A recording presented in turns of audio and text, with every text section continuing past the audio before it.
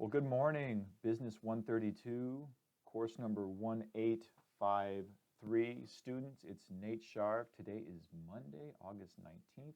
Welcome to the first day of class. We are here together in this online environment, and I wanted to give you a heads up on a couple of things that are important for this first week of this course. First of all, my apologies. I had pasted in a 16-week course schedule and had that in my notes that this was a 16-week course. So I made some updates this morning. You have a new 8-week course syllabus, and I've posted the first 2 weeks of the 8 weeks of this course on the Canvas site so you can get started, and I'll finish up that site by tomorrow, Tuesday the 20th, with the remaining weeks of the course. So you have a new syllabus, and you've got the first 2 weeks of modules listed for this course. Now, a cautionary note about the timing of this compressed 8-week schedule course. I know y'all are online, and most online students are online because they're busy. I get that. And I just want you to know that there is a fair amount of work in this course.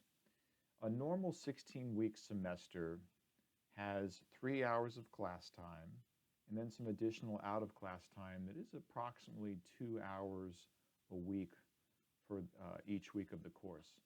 So that's 5 hours a week for a 16-week semester. We have an 8-week compressed schedule in this course, so I strongly encourage you to make sure that you've carved out ample time on your calendar to devote to this course. So if it's 5 hours a week for a 16-week course, then for this 8-week course, you should be able to devote 10 hours a week to this course. Will you need 10 hours a week? I know that's a pretty ambitious number. Depends on who you are as a student. Some students are fast and efficient and type quickly, and they can get through the work much quicker. Some of you might need the full 10 hours a week. So if you're fast and speedy and astute in the online world, you can probably not need more than 6 hours a week for the course. So, but we are going to move fast. And to that point, I want to talk about your first week, this week of August 19th, and what you have coming up as far as deliverables. So the first thing you have is just a student introduction discussion, and that's due Wednesday of this week, the 21st. And I have that initial assignment due on Wednesday of the first week, so that I can determine who's active in the class. The only way we can tell online who's active is if you're turning in work. So I do use that first assignment to determine who's active, and if you don't do the first assignment, you most likely will be dropped. So that assignment is due the 21st of this week, and late submissions will be allowed up to Thursday the 22nd. If I haven't seen any activity from you by Thursday the 22nd, I'll send you a notice, and then you'll probably be dropped from the class if I don't get a response from you. So make sure you get that first discussion done. So everything else is due on Sunday of the week. So, and that's our normal schedule for deliverables in the class, is that most work is due on Sunday of each week.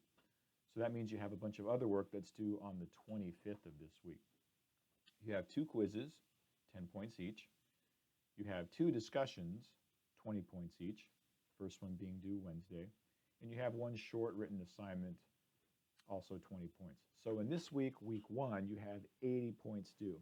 There's 1,000 points total in the class, and this first week you have 80 points coming up. So don't be overwhelmed when you log into Canvas and see the amount of work. My encouragement is just dive in and get going. There's no textbook for the course, so that actually will save you a fair amount of time, because you're going to use the weekly resource pages that are in Canvas to digest your material. And that material consists primarily of lectures from me, which point out where there's timing markers on the video to look up those key terms that are going to be on the quizzes. And then you also have the study guide, the weekly study guide, which gives you annotated descriptions of the terms that you need to know for quizzes. So my advice is have the study guide pulled up in a tab, Uh, look at those key terms because those will be on a quiz. And then read those terms on the study guide. Also, watch for those further explanation of those terms in my videos. And then once you've done that, dive in and complete your assignments. I will be scheduling some Zoom conference calls so that I can have students jump in and do live conversations with me. So look for those later this week. Don't fall behind if you get stuck, if you get confused. That's what learning is all about. I'm here to support you. I'm your instructor.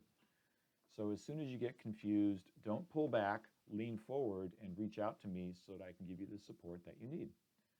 So there's a couple of ways you can reach out to me. Obviously, an email is great. So Canvas has an inbox feature. I would prefer that you use that feature because that makes the email come specifically from the course that you're in, and it's easier for me to identify you. So use the Canvas inbox feature if you want to email me.